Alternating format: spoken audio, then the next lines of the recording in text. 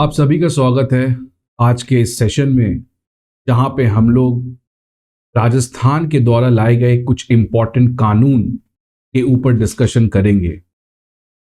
अभी आप पढ़ रहे होंगे न्यूज में कि Rajasthan government has brought a historical legislation which is the first state to do so in many of the aspect.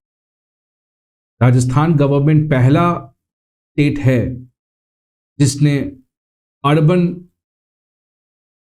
Employment guarantee scheme लाया है। राजस्थान गवर्नमेंट पहला ऐसा स्टेट गवर्नमेंट है जिसने गिग वर्कर्स के लिए एक बहुत ही इंपॉर्टेंट कानून लाया है।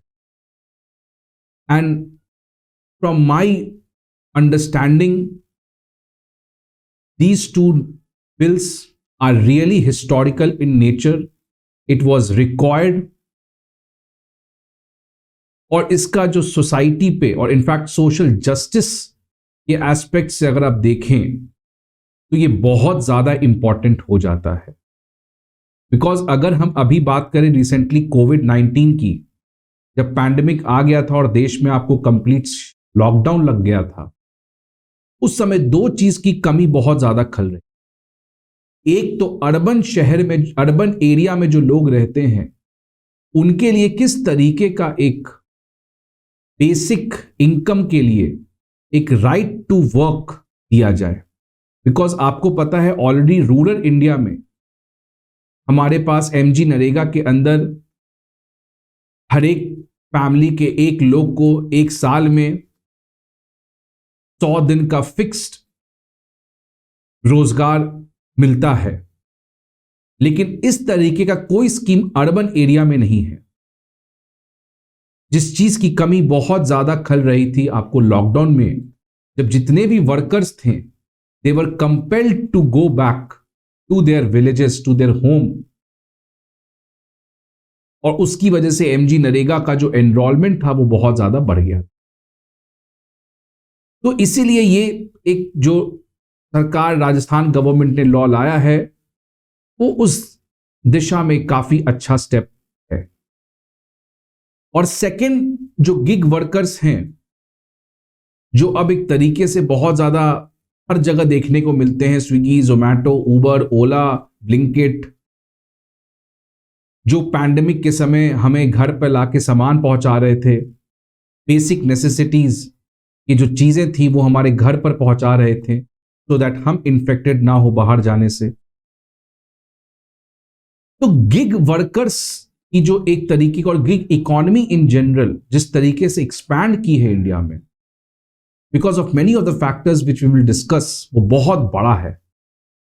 लेकिन इसमें सबसे बड़ा प्रॉब्लम है कि वर्कर का जो एनरोलमेंट है गिग इकोनॉमी में वो तो बढ़ रहा है, but most of the workers are harassed. उनके पास कोई राइट नहीं है, उनके पास कोई हक नहीं है, उनको कभी भी जॉब से आप निकाल सकते हैं। तो इसीलिए इस कॉन्टेक्स्ट में भी राजस्थान गवर्नमेंट ने एक बहुत ही अच्छा कानून लाने का प्रयास किया है, जो कि फ्यूचर में आप बाकी स्टेट्स को भी नज करेगी, कि इंसेंटिवाइज करेगी कि वो भी इस तरीके का कोई कानून लाए। तो आज इसी फ्रेमवर्क के अंदर we are going to discuss about all those historical bills which the Rajasthan government has brought. But उसमें जाने के पहले हम लोग थोड़ा सा पॉवर्टी और इनइक्वालिटी का स्टेटस इंडिया में जाने। बिकॉज इंडिया की जो इकोनॉमी है वो 1991 में ओपन अप हुई थी। We entered into the phase of liberalisation and privatisation and globalisation, और उसकी वजह से ये एक्सपेक्टेड था कि India will become a super power, India will unleash the animal spirit in the economy. And कुछ हद तक हुआ भी है, that now India is inching towards becoming a $3 trillion economy. But क्या इस राइज ऑफ इंडिया से सभी लोगों को फायदा हुआ है, या only some people have benefited at the expense of many? तो उस चीज को समझने के लिए हम लोग पॉवर्टी और इनइक्वालिटी का स्टेटस आपको बताना चाहेंगे। अगर हम वर्ल्ड बैंक के स्टडी की बात करें तो वर्ल्ड बैंक के हिसाब से 2019 में, जो कि पैंडेमिक के पहले के साल है, 2019 में 2019 में 137 मिलियन इंडियंस आपको गरीब थे, देवर पुअर पीपल। 137 मिलियन मतलब लगभग 14 करोड़ लोग इंडिया में। और गरीबी किस बेंचमार्क से मेजर करता है वर्ल्ड बैंक? उसका है आपका 2.15 डॉलर। और ये डॉलर आपका नॉर्मल डॉलर नहीं, it is based on the international dollar, जो कि परचेजिंग पावर पैरिटी के हिसाब से डिसाइड होता है। तो अगर इसको हम 2.15 डॉलर को कन्वर्ट करेंगे तो वो लगभग आएगा 46 रुपीज पर डे। तो 46 रुपीज पर डे से नीचे कमाने वाले लोगों की संख्या इंडिया में 2019, जो कि पैंडेमिक के पहले की बात है, लगभग 14 करोड़ थी, जो कि नो डाउट पैंडेमिक की वजह से और ज्यादा बढ़ा होगा। सेकेंड, अगर इनइक्वालिटी की बात करें तो एक ऑक्सफैम, जो कि एक फेमस सिविल सोसाइटी एनजीओ है, उसका एक रिपोर्ट आया था। उस रिपोर्ट का नाम था सर्वाइवल ऑफ द रिचेस्ट। और उस पर्टिकुलर रिपोर्ट में ऑक्सफैम ने कहा है कि इंडिया के ऊपर के 10% लोग, that means top 10% of the Indian population, उनके पास इंडिया का 72% ऑफ वेल्थ एक्यूमुलेटेड है। ऊपर के 10% लोगों के पास इंडिया का 72% वेल्थ जमा है। इसको और ज्यादा अगर हम ब्रेक करें डेटा, तो ऑक्सफैम कहता है कि top 1%, that is the richest 1% of India के पास 40% ऑफ वेल्थ है हमारा। 1% लोग के पास 40% इंडिया का वेल्थ है। और जो बॉटम के लोग हैं, bottom half, that means bottom 50% लोग हैं, उनके पास मात्र 3% है इंडिया के वेल्थ का। तो ये समझे आप इस तरीके से इनइक्वालिटी। और उसी रिपोर्ट में यह भी कहा गया था कि इंडिया के पास अभी सबसे ज्यादा गरीब लोग हैं, that is India still has the world's highest number of poor people and which is around 23 crore, that means 228 million people. तो आखिरकार यह सवाल जरूर उठता है कि क्या इंडिया $3 ट्रिलियन इकॉनमी हो गई, बट क्या इस राइज का ट्रिकल डाउन इफेक्ट देखने को मिला है? ट्रिकल डाउन का मतलब क्या इस राइज जो ऊपर के तबके के लोगों को हो रहा है, क्या उस सेक्शन को जो फायदा पहुंच रहा है, क्या उसका फायदा नीचे के लोगों को भी पहुंच रहा है कि नहीं पहुंच रहा है? This is a debate which we can cover in some other session, but ये एक सब्सटैंशियल क्वेश्चन है, एक स्ट्रक्चरल क्वेश्चन है कि क्या इंडिया में ट्रिकल डाउन इफेक्ट आफ्टर 1991 देखने को मिला है या नहीं। तो क्या जो पूरा वेल्थ है वो कुछ सेक्शन के पास ही एक्यूमुलेटेड रह गया? तो as per the Oxfam report वो क्लियर है कि ट्रिकल डाउन इफेक्ट नहीं हो रहा है। और पैंडेमिक की वजह से ये जो जितने भी रिपोर्ट्स हैं, ये पैंडेमिक के पहले के हैं। और अगर पैंडेमिक के बाद की बात करें तो the situation is much more worst. So this puts a question on the policy makers and on the government of India, to be very precise, that what kind of objective we should as a nation set.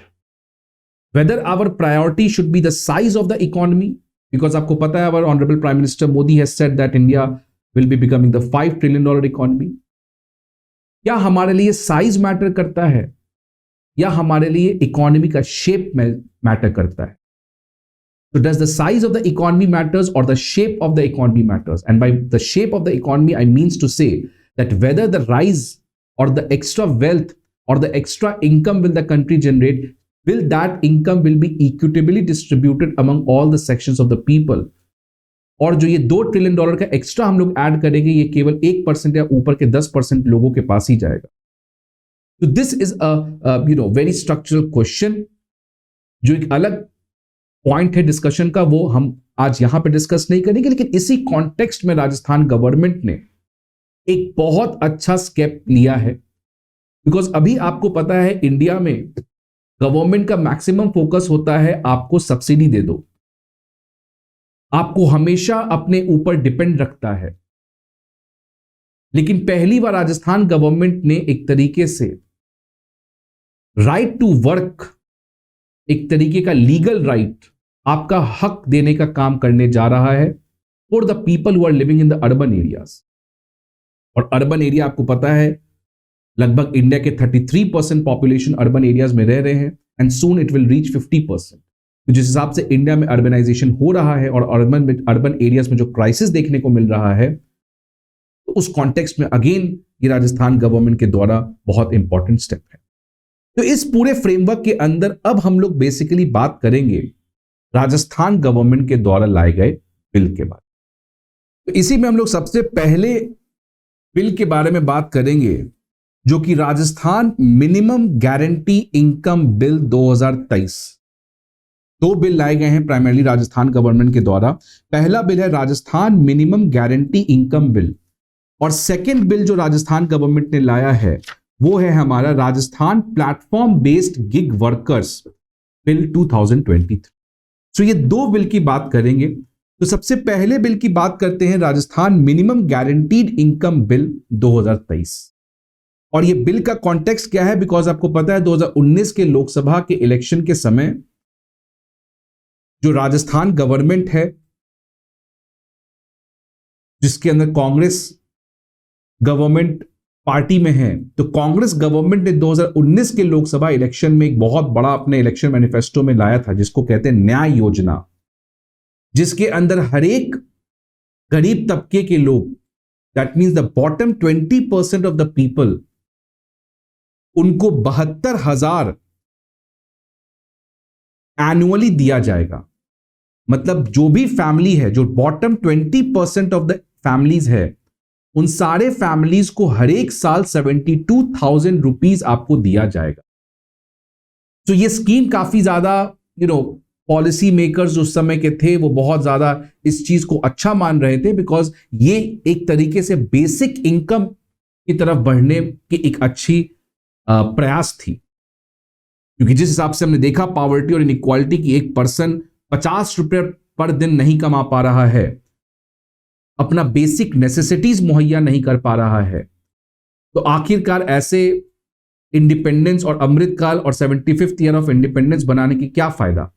What is the significance of all these if we are not able to ensure that every Indians at least they are earning a basic income to sustain a meaningful life? Because आपको पता है article 21 में we have a fundamental right, that right to live, right to life, and that life is not a life worth, that life is not a mere animal existence, but that life is a life which is worth living, that life is a life which gives us dignity. उस context में आज के समय it is very important that every section of the people earns a basic income.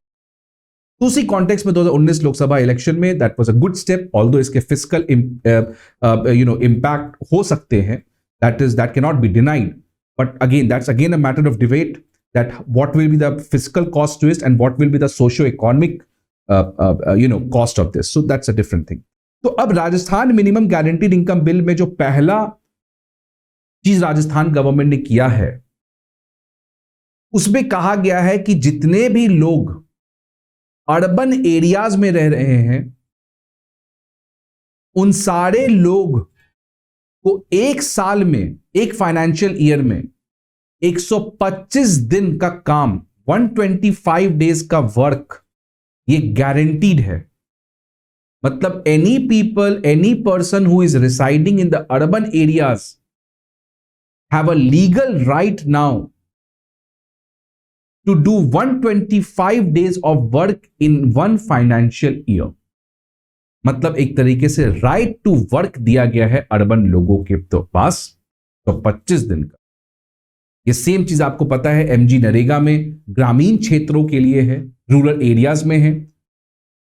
Because जब MG NREGA लाया गया था उस समय most of the people were living in rural areas, but जिस हिसाब से अर्बनाइजेशन हो रहा है, now the people have shifted from the rural to urban area, और आज अर्बन एरियाज में बहुत ज्यादा चैलेंजेस एंड प्रॉब्लम्स देखने को मिल रहे हैं। आप स्लम देख लो, आप गार्बेजेस देख लो, आप डिजीजेस देख लो, आप पॉल्यूशन देख लो, तो उस कॉन्टेक्स्ट में अर्बन पीपल के लिए भी इस तरीके से राइट टू वर्क देने की जरूरत बहुत सालों से महसूस हो रही थी।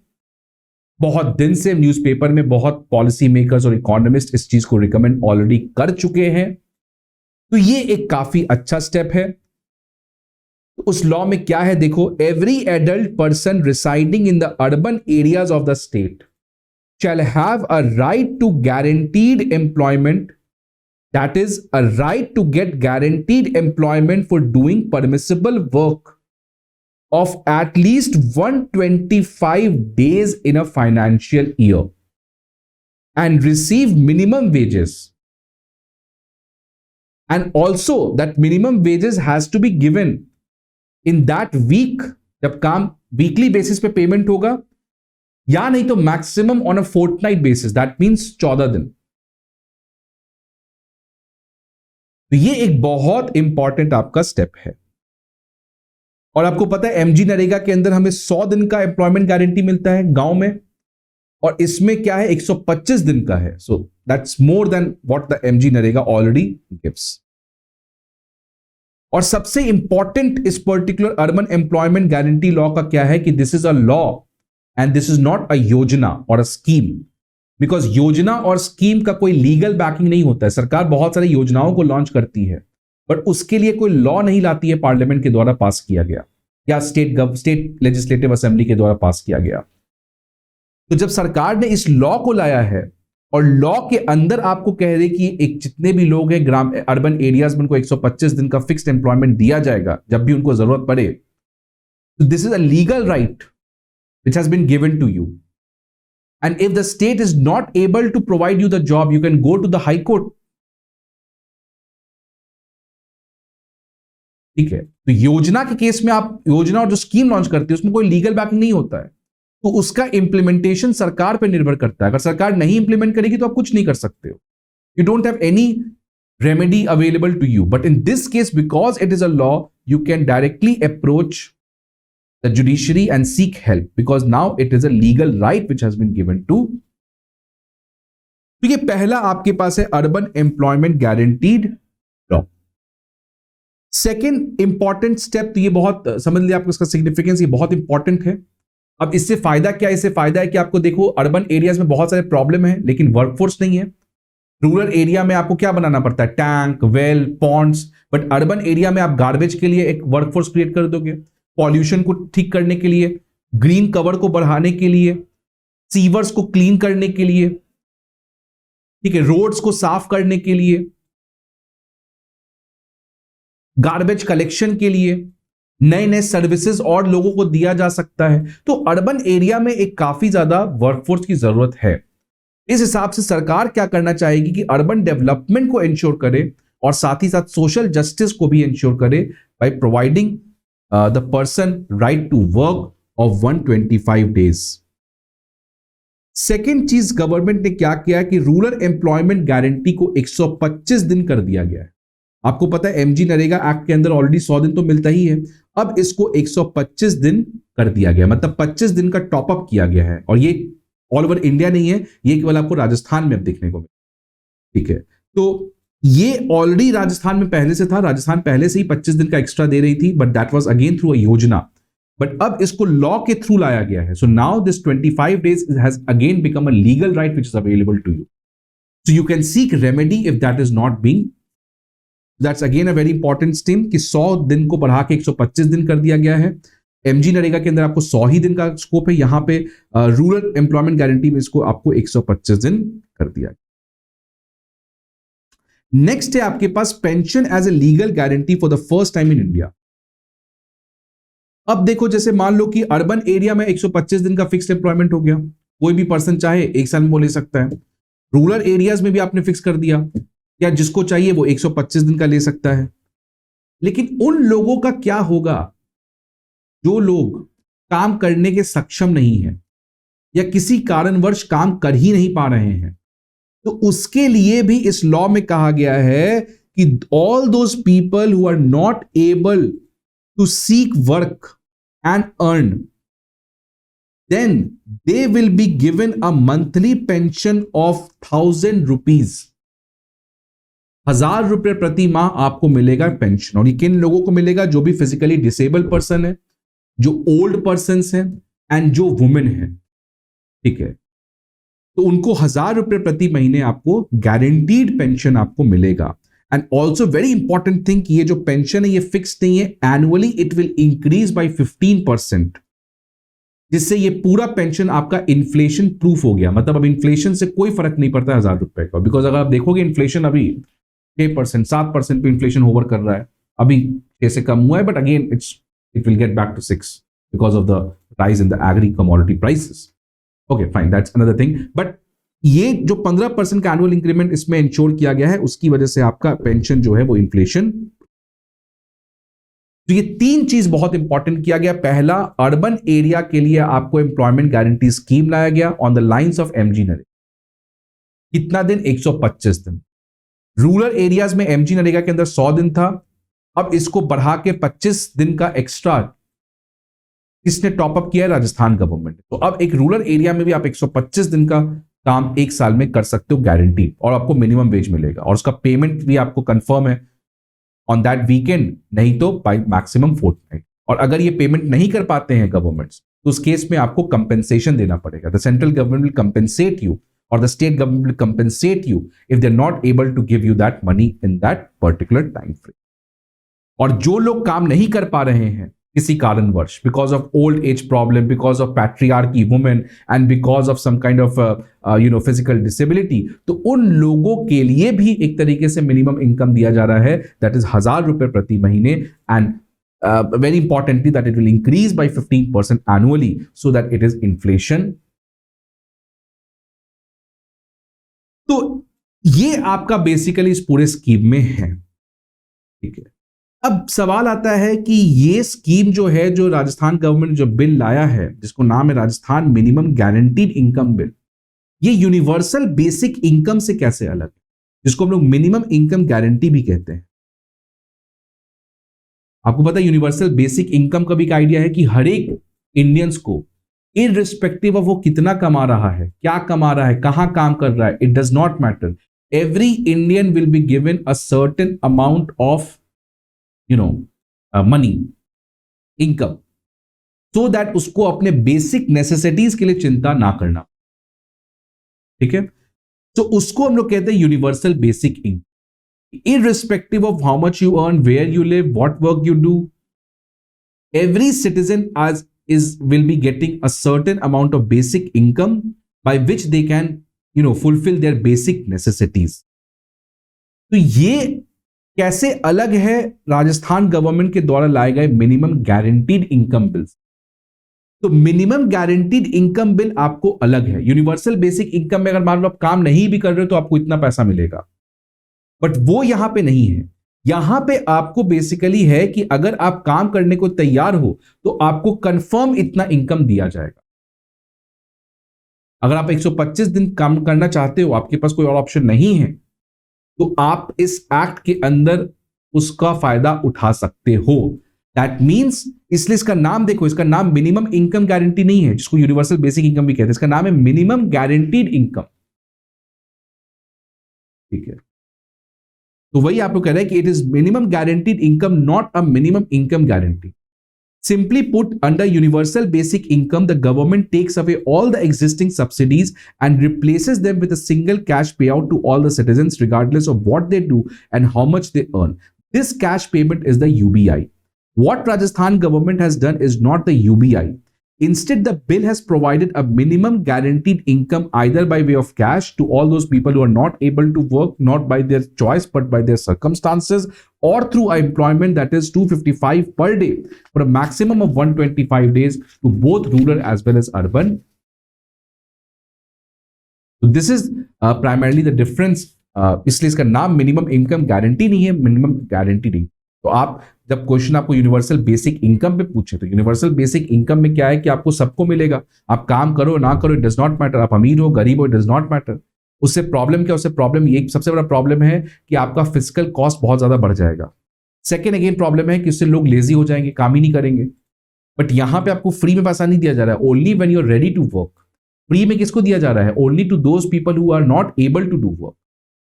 तो यूनिवर्सल बेसिक इनकम से ज्यादा बेटर है ये आप इस तरीके से दो, बिकॉज उसके जो इंपैक्ट यूनिवर्सल बेसिक इनकम के वो काफी नेगेटिव भी हो सकते हैं when people will not do any work.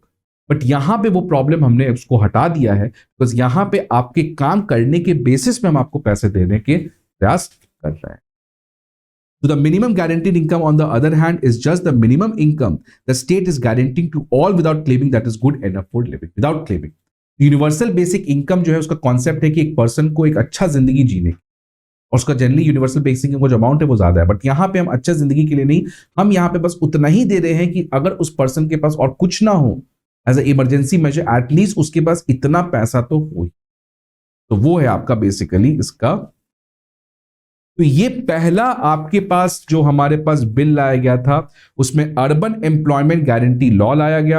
Rural employment guarantee को 25 दिन टॉप अप करके 125 दिन बढ़ा दिया गया। And all those people who are not able to get enrolled in all these urban employment guarantee scheme and rural employment guarantee scheme, those people can get a pension of 1,000 per month, which will be subjected to 15% annual increment to make it inflation proof. And this facility will be available for disabled widows and old. ठीक है, तो ये आपके पास हो गया हमारे पास। Second जो सरकार राजस्थान गवर्नमेंट ने लाया है, that is the Rajasthan platform based gig workers bill. Gig वर्करों के लिए पहला कानून राजस्थान गवर्नमेंट ने लाया है अक्रॉस इंडिया। इसके पहले सेंट्रल गवर्नमेंट ने कोड ऑन सोशल सिक्योरिटी लाया था 2020 में, बट वो अभी तक इंप्लीमेंट नहीं हुआ है। तो उस कॉन्टेक्स्ट में पहला राज्य सरकार स्टेट गवर्नमेंट राजस्थान बना है जिसने इस तरीके का गिग इकोनॉमी के फोकस करते हुए लॉ लाया है। और तो आप इसमें राजस्थान गवर्नमेंट को काफी क्रेडिट दे सकते हो, बिकॉज राजस्थान गवर्नमेंट से हमेशा नए नए चीज, आपको पता होगा कि पंचायती राज भी पहली बार नागौर डिस्ट्रिक्ट राजस्थान में इंट्रोड्यूस किया गया था। राइट टू इंफॉर्मेशन भी एक तरीके से राजस्थान से ही निकल के आ रहा है। सो राजस्थान में सिटीजन चार्टर, तो अगर देखोगे राजस्थान में इन गवर्नेंस के जितने भी टूल्स हैं ये सब, उसमें काफी ज्यादा इनोवेशन हमें देखने को जरूर मिला है राजस्थान। अब अगर हम लोग बात करते हैं कि राजस्थान गवर्नमेंट के द्वारा जो गिग इकोनॉमी और गिग वर्कफोर्स के लिए जो कानून लाया गया है, उसको समझने के पहले वी शुड अंडरस्टैंड कि ये गिग इकोनॉमी होता क्या है, ये गिग वर्कर्स होते क्या हैं। इन चीजों को हमें समझने की जरूरत पड़ेगी, बिकॉज अगर आप आज के दौर को देखोगे, जिस हिसाब से अर्बनाइजेशन हो रहा है, जिस हिसाब से जॉब अपॉर्चुनिटीज बढ़ रहे हैं, जिस हिसाब से आपके पास लोगों का स्मार्टफोन एक्सेस हो रहा है, जिस हिसाब से हमारे पास एक यंग पॉपुलेशन इंडिया में रह रहा है, so gig economy has become a very very important sector for the Indian economy. और इनफैक्ट नीति आयोग की अगर मैं रिपोर्ट की बात करूं तो अभी लगभग इंडिया में 8 करोड़ गिग वर्कर्स हैं, जो कि 2030 तक 30 करोड़ हो जाएंगे, लगभग 24 करोड़ से 30 करोड़। कोई रिपोर्ट 30 करोड़ कहता है, अगर नीति आयोग की रिपोर्ट की बात करें तो 24 करोड़ कहता है। तो अभी 8 करोड़ गिग वर्कर्स हैं, which will increase to 24 crore, sorry 2.4 crore by 2030। ठीक है, तो अभी नीति आयोग की रिपोर्ट के हिसाब से वी हैव लगभग 7.7 मिलियन गिग वर्कर्स, जिनकी संख्या आगे बढ़कर 23.5 million, that means approximately 24 million, that means 2.4 crore, 2.5 crore लगभग इनकी संख्या आपकी 2029-30 में बढ़ जाएगा। तो आखिरकार ये गिग इकोनॉमी होता क्या है, पहले ये सब। तो गिग इकोनॉमी एक ऐसा इकोनॉमी है जहां पर एम्प्लॉयर और एम्प्लॉय का रिलेशनशिप जो नॉर्मल इंडस्ट्रीज में हम लोग देखते हैं वैसा नहीं। तो गिग इकोनॉमी बेसिकली एक ऐसा इकोनॉमी है जहां पे कुछ लोग एक कंपनी के लिए काम करते हैं, बट ये लोग काम करते हैं एक फिक्स टाइम के लिए, एक फिक्स्ड जॉब के लिए, कि अच्छा आपका ये काम है, आपको इतना काम करना है। वो जैसे ही काम खत्म करते हैं उनको पैसा दिया जाता है, and then those people leave that company. Unlike the normal setup where आप ज्वाइन करते हो on a permanent basis, but यहां पे उस तरीके का एम्प्लॉयर एम्प्लॉय रिलेशनशिप नहीं होता, बिकॉज यहां पे आपको तभी रखा गया है to do a specific job within a particular time period at this particular cost. आप ये चीजों को फुलफिल कर दो, आप ये काम खत्म कर दो, इस समय में आप इतना कॉस्ट लो, now our relationship has ended.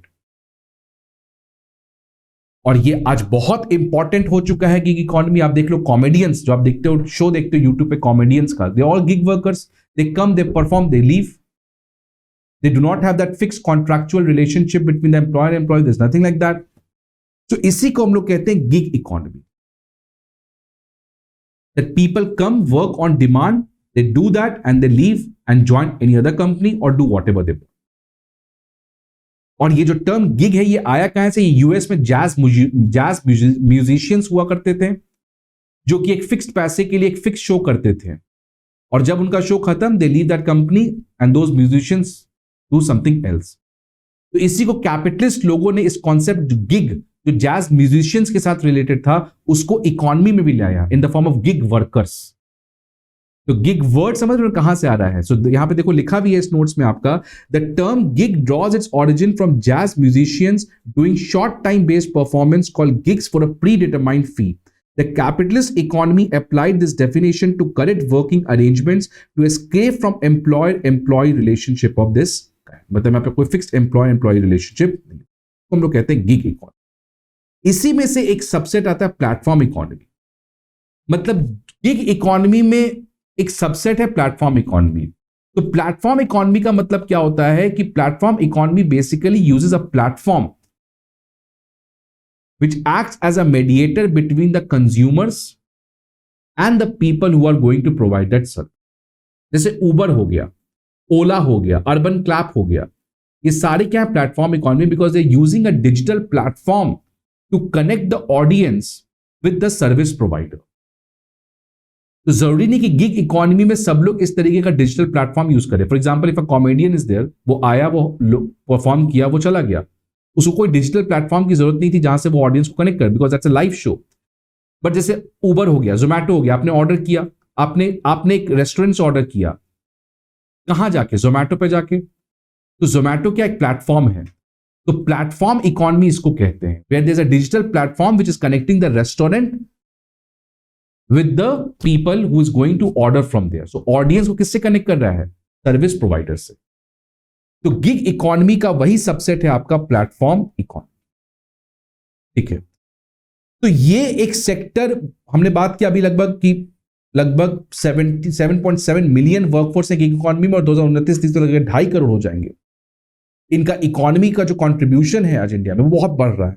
तो gig economy has become a very important sector of the Indian economy. और इसी कॉन्टेक्स्ट में ये सरकार ने बिल लाया है, बिकॉज इस गिग इकोनॉमी या गिग वर्कफोर्स और प्लेटफॉर्म वर्कर्स का प्रॉब्लम क्या है? Because they do not enjoy employee relationship. जो एम्प्लॉयर एम्प्लॉय का रिलेशनशिप होता है वही शेयर नहीं करते हैं, इसलिए इनको किसी भी तरीके का कंपनी से बेनिफिट नहीं मिलता है, इनको सोशल सिक्योरिटी बेनिफिट्स नहीं मिलता है, इनके पास जॉब स्टेबिलिटी नहीं है, इनको हैरास किया जाता है, इनके पास कोई ग्रीवेंस रिसेटलमेंट मैकेनिज्म्स नहीं है। तो ऐसे केसेस में ऑल्दो गिग इकोनॉमी इंडिया में लो स्किल्ड वर्कफोर्स और सेमी स्किल्ड वर्कफोर्स के लिए एक गोल्डन अपॉर्चुनिटी बन के आ रहा है, जहां पे वो रैपिडो में बाइक चला रहे हैं। तो इन हिसाब से although it is a very good thing, but इसका प्रॉब्लम क्या है कि ये सेक्टर जो है अभी स्टार्ट हुआ है, और इसको अगर रेगुलेट नहीं किया जाए then this sector will be completely harassing all those gig workforce, because they know that इनके पास स्किल नहीं, इनको कहीं और जॉब मिलेगा नहीं। That's why on that basis they hire them, and this will lead to further exploitation by these big companies to them. आपने देखा रिसेंटली उबर का एक्विजिशंस लगाया गया था कि उसने शुरू में ड्राइवर्स को बहुत ज्यादा दिया, बट अभी क्या है कि Uber, because again Uber is a platform which is connecting the people with the service provider, so they charge a huge hefty commission from the drivers. आज इसलिए उनके ड्राइवर्स की सैलरी कम हो गई है। तो इसीलिए हमारे पास आपका गिग इकोनॉमी को कंट्रोल करना, प्लेटफॉर्म इकोनॉमी को जो उसका सबसेट उसको रेगुलेट करना बहुत ज्यादा इंपॉर्टेंट होता है। और इसी कॉन्टेक्स्ट में सरकार ने 2020 में हमारे पास कोड ऑन सोशल सिक्योरिटी लाया था, जो कि लेबर रिफॉर्म के लिए बहुत इंपॉर्टेंट कानून था।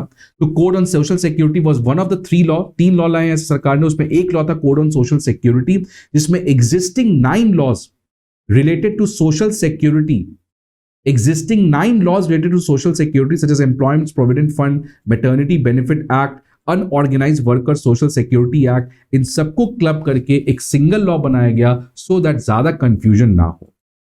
और इस कोड में सबसे बड़ा बात क्या था कि for the first time any such labor law or code has included the gig workers and the platform workers. पहली बार। साथ ही साथ इस particular code on social security में एक और चीज था which talks about the fixed term worker, fixed term employees. Fixed term पे आप उसको हायर कर रहे हो, उसके बाद वो खत्म हो रहा है। बट गिग और प्लेटफॉर्म पे फिक्स भी नहीं होता है, वो आप एक दिन में हायर करो, अगले दिन हटा दो। Complete absence of job security किसी भी तरीके का होता है। तो this code replaced 9 laws. This code has widened the coverage by including the unorganized sector, fixed term employees and gig workers, platform workers, interstate migrant workers, etc. in addition to contract employees. ठीक है। और इसी particular code में social security fund की बात की गई थी कि सोशल सिक्योरिटी फंड बनाया जाएगा और इस फंड का जो पैसा है वो किसके बेटरमेंट के लिए होगा, to the unorganised workers, to the platform and the gig workers. और ये जो फंड है ये एक सेंट्रल लेवल पे होगा और साथ ही साथ एक स्टेट लेवल पे होगा। देन इसके साथ नेशनल सोशल सिक्योरिटी बोर्ड भी होगा जो इस पूरे स्कीम्स को मॉनिटर करेगा, रिकमेंड करेगा गवर्नमेंट को कि आप क्या क्या रिफॉर्म ला सकते हैं। और जितने भी स्कीम हमारे गिग और प्लेटफॉर्म वर्कर्स के लिए लाएंगे उसका जो पैसा है वो सेंट्रल गवर्नमेंट, स्टेट गवर्नमेंट और साथ ही साथ एग्रीगेटर्स लाइक उबर, ओला, जोमैटो, स्विगी, ये लोग को भी पैसा देना पड़ेगा। तो ये पहली बार एग्रीगेटर का भी रोल हमारा इस particular code on social security में डिफाइंड। एंड अगर आप इसको इंप्लीमेंट नहीं करोगे तो स्ट्रिंजेंट पेनल्टीज भी है that might lead to imprisonment of up to 1 to 3 years। लेकिन प्रॉब्लम क्या है कि अभी जो ये कोड ऑन सोशल सिक्योरिटी है इसको अभी तक मैक्सिमम स्टेट्स ने हमारा इंप्लीमेंट नहीं किया है, इसलिए that particular bill has been kept in the cold storage. लेकिन राजस्थान गवर्नमेंट ने पहला कदम उठाते हुए became the first state to implement such kind of bill which is basically inspired from the code on social security bill in the state of Rajasthan. अब इस bill जो Rajasthan government ने लाया है जिसको नाम है Rajasthan platform based gig workers registration and welfare bill 2023, जिसके अंदर वेलफेयर बोर्ड बनाने की बात हो रही है, वेलफेयर फंड सेटअप करने की बात हो रही है and register the workers and aggregators and facilitate the guarantee of social security to them. The welfare board जिस पूरी चीज को देखेगा वो एक ट्राइपार्टाइट ऑर्गेनाइजेशन है जिसमें स्टेट ऑफिशियल्स होंगे, 5 रिप्रेजेंटेटिव्स होंगे each from the gig worker और 5 रिप्रेजेंटेटिव्स होंगे फ्रॉम द एग्रीगेटर्स। तो 5 रिप्रेजेंटेटिव, एक तो स्टेट ऑफिशियल्स हो गए, गिग वर्कर्स हो गए और प्लेटफॉर्म्स लाइक उबर, जोमैटो, उनका भी रिप्रेजेंटेशन होगा। And this welfare board will be effectively be responsible to implement this act in letter and spirit.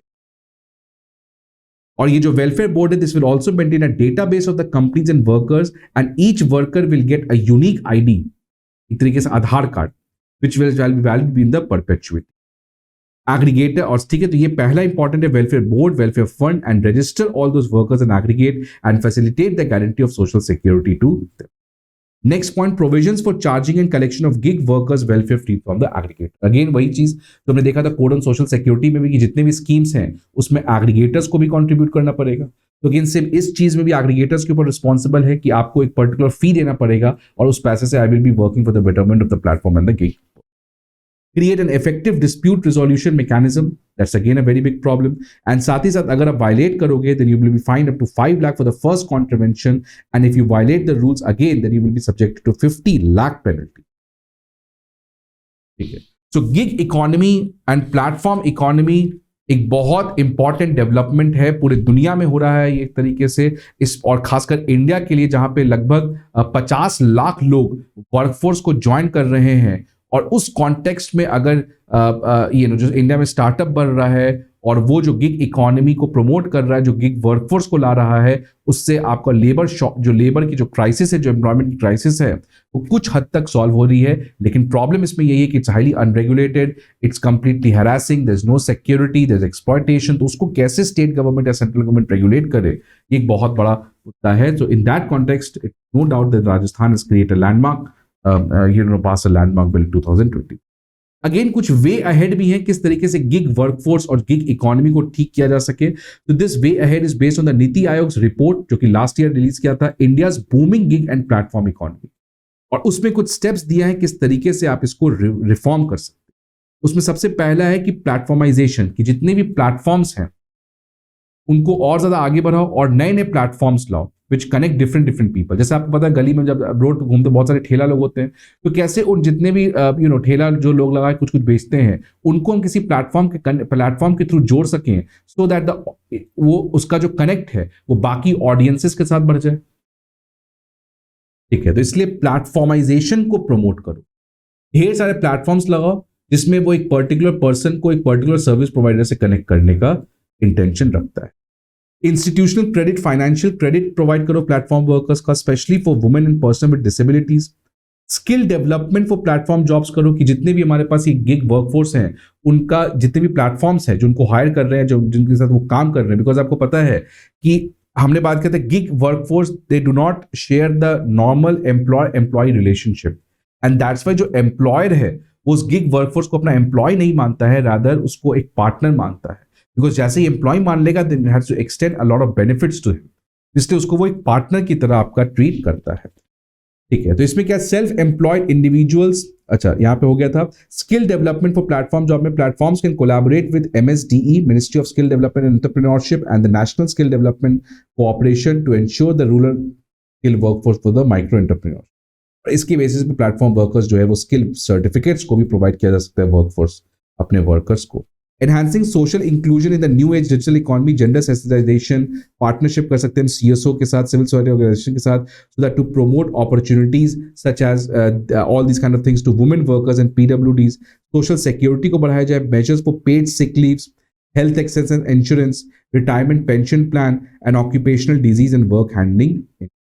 और साथ ही साथ रिसर्च वर्क करने की जरूरत है कि इतना जो सरकार एक्ट ला रही है उससे क्या हमारे पास कंट्रीब्यूशन है इसका, इसलिए सर्वे ऑफ स्मॉल प्लेटफॉर्म्स करें, जितने छोटे छोटे प्लेटफॉर्म्स है क्योंकि उनको ज्यादा सर्वे करने की जरूरत पड़ती है, बड़े प्लेटफॉर्म तो ऑलरेडी सस्टेनेबल है। Greater data is needed to understand the difficulties faced by the women platforms. Yes, are platforms leading to formalisation of employment, because आपको पता है मोस्ट ऑफ द लगभग 90% इंडिया का workforce informal sector, unorganised sector में है, इसके वजह से कोई सोशल सिक्योरिटी बेनिफिट वो एंजॉय नहीं कर पाता। तो क्या इस स्कीम से ये जो इनफॉर्मलाइजेशन की प्रॉब्लम है इंडिया को उसको एड्रेस किया जा सकता है by making the economy formal. So are platforms leading to formalisation of employment. ठीक है, contributions to the platform economy to the India's GDP, ये भी हमें जरूर चेक करने की जरूरत आप।